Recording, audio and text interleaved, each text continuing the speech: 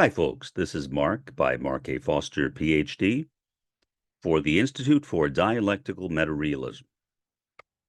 This is a follow-up on the episode of my podcast I did earlier today on my mother.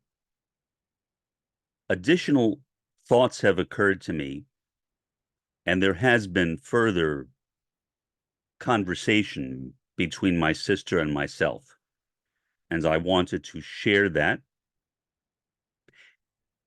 The reason why is not simply to get it off of my chest.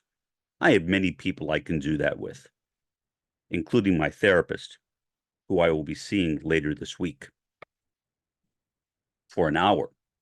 I can talk with him about it, and I will. In fact, I sent him a copy of my previous episode, and I will send him a copy of this one too, and hope he sees it. He's a very good man, very kind man, a Buddhist, very good psychiatrist. I trust him. I trust him implicitly. Whatever he says, I trust him. So, what happened since the time of my last episode? Well, I obviously thought about it more. And I can't seem to get rid of the same conclusion that I came to before, that my mother is truly a demon from hell, metaphorically, of course, metaphorically.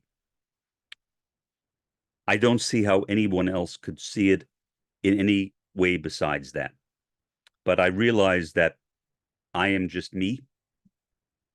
I can only look at things from my own perspective. As a critical realist, I am an epistemological relativist. That means that I believe that anything that we perceive is relative to our own understandings, our own sensations. But reality itself is not relative. Ontology, or being, is substance. Whether I understand it or not, it exists. My mother is a real being. My sister is a real being too. And how they could have come to this kind of relationship is totally unknown to me and confusing to me. I cannot make sense out of it, although perhaps my sister needed this. She needed it. She needed her mother. And so she begged our mother to apologize to her for how she treated her, which is the same way that she treated me, although even worse in my case. And our mother, who behaved outside of our family as a phony, suddenly became a phony to my sister as well. I saw it. She had the phony personality that she always displayed as a bad actress when she was around her friends, except now she was displaying that personality to my sister. I saw what she did. She could not fool me. But for whatever reason, I compartmentalized this particular event with my sister being placed on a bus by my mother and by my father too, of course. But so my mother could stay in Whittier, California with her brother, so she could go back to New York by herself at 10 years old. I don't know if that is criminal, but it certainly appears to me to be a civil offense, meaning, at least these days, and I hope back then too, a parent who did that could be charged with neglect and have their child taken away from them have both of their children, my sister and myself, taken away from them. And I think that would have been justice, but it never happened. It never happened because nobody ever reported it. I was not aware that it could be reported. I was young myself, 3 years, 9 months older than my sister, but still young. I didn't have any idea of what could be done. Child abuse was not a topic of discussion back in those days. Nobody even considered it.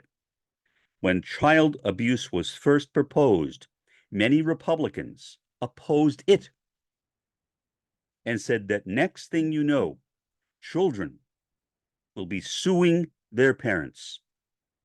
Obviously, that hasn't happened. Scare tactics seem to be the Republican way. That's what killed the ERA, the Equal Rights Amendment, too. Scare tactics. Pure scare tactics. In any event, I wanted to read for you an additional portion of my conversation, my virtual conversation on Facebook Messenger with my sister. I read you part of it before, so I'm not going to read that to you again. I would encourage you, if you have not already watched that episode, it was 2 episodes ago from this one, earlier today, to go and watch it. Maybe stop this video now, go and watch that, and then come back and watch this one, or whatever you like. If you want to watch this one first, it's up to you. All right. After I told her, after I compared what my mother and my father too, to be fair, because he could have stopped it, although he would not have stopped it, because he had no ability to act independently of my mother. He had him twisted around her finger. I wish I could say otherwise. I do blame him. He does deserve his share of blame. But still, could he have realistically stopped it as an autistic with his variation of autism? No. He could not. Because he did whatever my mother said. Whatever my mother said. I cannot imagine, what if my mother were a criminal murderer? Would my father follow her? To be honest, I think that is a fair possibility. I don't know, but I think that is a fair possibility that my father would participate in an act of murder with my mother. Fortunately, she never did that, but would that be worse than what she did to my sister? I am not sure. Let me go ahead and read this. This is, again, after I referred to my mother's action as torture, which it was. Her response: "Thank you, Mark.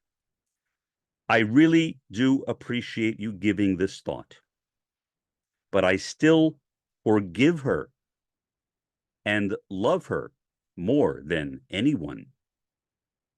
Also, it's hardly the worst thing I've been through." Let me dissect that. Forgiving somebody is one thing. That's fine. Why not forgive her? Why not forgive her? You know, doesn't do any harm to forgive somebody. I wish I could. So I see no problem with her forgiving our mother. But loving her more than anyone? Anyone? After what she did? I cannot comprehend that. She must be from a different planet than me. And it's hardly the worst thing I've ever been through. That is really perplexing. It makes me wonder, what don't I know about my sister's life. If this is not the worst thing she's been through, then what is? Or maybe her standard for evaluating worst is different from mine. But I can't imagine something worse than putting your 10-year-old daughter, approximately 10-year-old daughter, on a Greyhound bus and sending her back to New York from California so you can stay in Whittier with your brother. What could be worse than that? If there is something, I don't know. Maybe there is. Maybe there is, but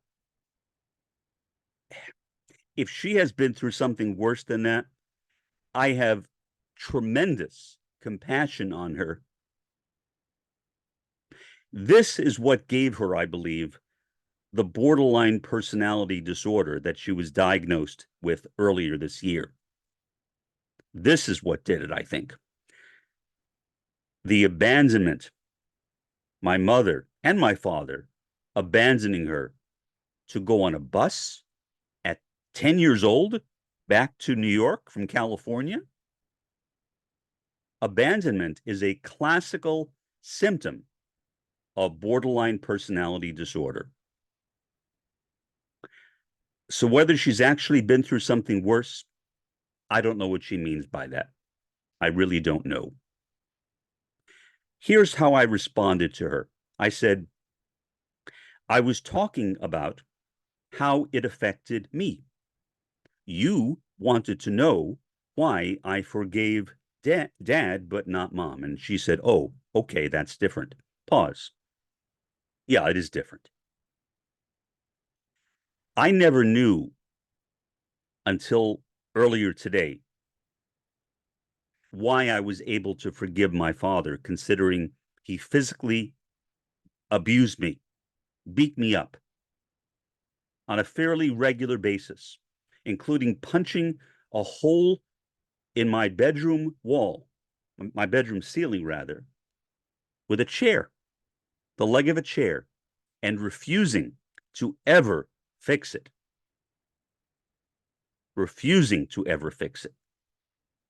That's pretty bad.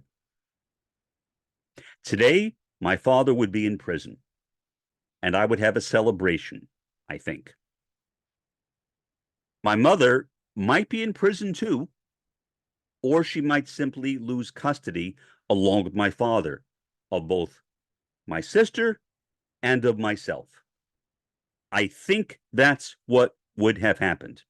Now, I know that laws on child abuse are much more stringent now, are taken much more seriously now than they were back then. But something like this, I can't imagine how my parents could have retained custody of my sister and myself after doing this, especially my mother, But I don't know if the courts would have cared about which parent did it. I don't think they really would have cared because both of my parents did it. Now, it was my mother's choice. She had my father twisted around her finger, as I said. She manipulated him into it. That does not excuse him, but it explains him. Well, let me give you my response to her. Oh, okay, that's different. Nevertheless, it seems we are estranged. I wish I understood it. Here's what she said to that. You were mean to me. What happened? Let me explain that before I continue reading. I asked my sister how her writing project was coming along with her Black friend. I think I said African-American friend. And she accused me of making a racist comment. A racist comment? I called him her African-American or Black friend because that's what she called him. I did not know his name was Jerome at that time. How was my comment racist? Of course, it wasn't. But in her weird imagination, she construed it as being racist. And the last thing you want to do to someone like me, a commie, is to accuse a commie of making a racist comment. I'm not saying that should never be done. Anybody should be legitimately chastised if they did make a racist comment. But considering I did no such thing, her accusation is hollow. I don't understand it. So you were mean to me? No, I was not mean to her. Okay, so I began my response with no comment. I said no comment, but then I thought about it for about 5 minutes and I changed my mind and I decided that I would say something. Whether I should have, I don't know. But I did. So what I said was, well, okay, accusing me of making a racist comment is mean. I simply disagreed with you. I was offended. That means I have a moral compass. So maybe I shouldn't have said this. So go ahead, block me again, meaning on the phone. If you do, make it permanent this time. That's the end of the conversation that I had with her. She never contacted me again. I suspect she may have actually blocked me, which is fine. There's no basis for a continuing dialogue between us. We literally have nothing in common. That is clear now, clearer than it ever has been before, that we literally have nothing in common. Still, she's my sister. Still, she's my sister. And I loved her, but I love her a lot less now than I did before. A lot less. I loved her more yesterday than I do today because of this. When I remembered what happened to her, being placed on a bus because my mother wanted to spend time with her brother, and my sister talked about how much she loves her more than anyone and that she forgives her. I mean, that's meaningless. I don't know what that means. How could a human being say that? That seems like a statement that a human being would not make. Maybe I'm wrong. Fine, forgive her. Good, forgive her. But I love her more than anyone. I love her more than anyone. To be honest, to be blunt, and maybe I should not, I hate her more than anyone. And I think my hatred for her is justified. It is righteous indignation. If I did not hate her right now, after having discovered what I have discovered from the resources of the recesses of my memory, I don't think that I could justifiably call myself a human being. Back then, the fact that I was able to recognize how evil that was before I had developed empathy or intersubjectivity, before then, I still saw it as evil. So evil that I compartmentalized it. I literally forgot all about it until today. So I could not explain why I forgave my father for his physical abuse, but not my mother for her emotional abuse. Then all of a sudden, in a second, it became clear How could I ever forgive her? How could my sister beg her to apologize to her, which of course is not an apology? How could my sister devote her life to taking care of our mother, which she did for the last few years of our mother's life? And she was really upset that I would not help her. And I honestly did not know entirely why. Why? Why didn't I care about helping my mother? I could not figure that out. But now I can. Now I can. I can figure it out. First world problems. As I said before, the US as the beast of the first world. The first world as the ruler of the capitalist world system. But in that capitalist world system, especially in the first world, I think, the imperialist empire, the American empire, there are, as I said before, mini imperialisms. What my mother did was a mini imperialism. She created her own empire in my family, and she ran it with a whip. Not a physical whip, but she did not need a physical whip. She ran it with a whip.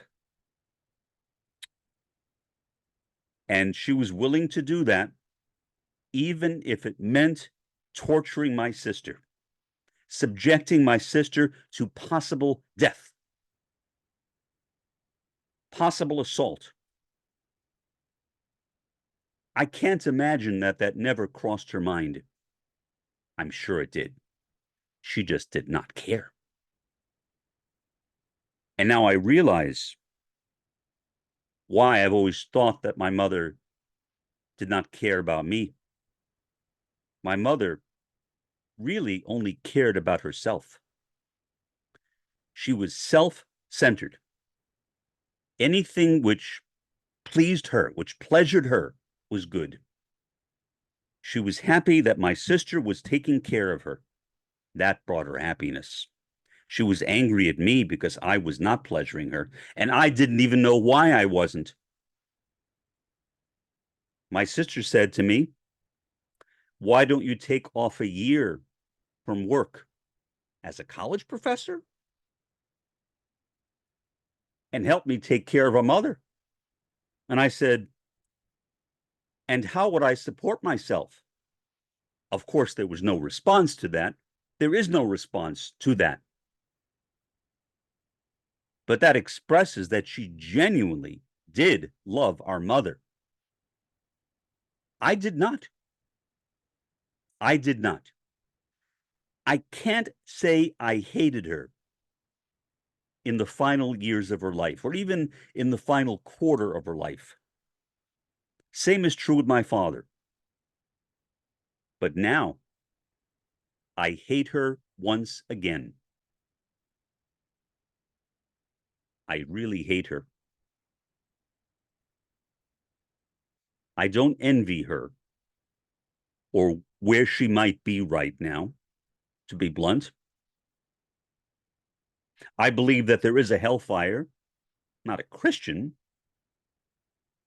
I don't practice Christianity, Judaism, Islam, any mainstream religion. But we still believe in a hellfire, a special place cordoned off for really evil people, a place of torment, a place of metaphorical fire, not literal fire, but metaphorical fire. I am afraid, to be honest, that my mother might be there. I don't want her to be tormented. I would not go that far. No, I don't want to see her tormented, but I'm afraid that she might be, or at least that she was. I don't know what to think. It is very hard for me to come to terms with this and to realize that my sister may have taken me up on this and blocked me again. What I plan to do is in the coming days to try to call her, to phone her, and then I will know whether she blocked me. If she answers, so what? At first I thought maybe I should find out if she blocked me in another way. And there are other ways of doing it. You can find it out by Googling it. How to find out if someone blocked you without calling them. But I don't need to do that. I can simply call her. I can call my sister. If she blocked me, I'll know. If she hangs up when I call, I will know that as well. Whatever happens. I am looking forward so much to speaking with my psychiatrist this week. I really want to speak with him. I sent him a copy of my previous episode of this podcast. I will send him a link to this one as well, so he can go and view this in preparation for our meeting. He needs to see it, I think, in my opinion, in order to understand what I'm saying. I'm not saying what he needs to do. I'm saying for him to understand me, he needs to do that, or else I would have to explain it to him verbally. I would rather he listen to it. And so I hope you do listen to it. If he's watching this, I don't know what else to say, but I said that I would consider thinking about the subject and trying to come to terms with it. That is what I have done today.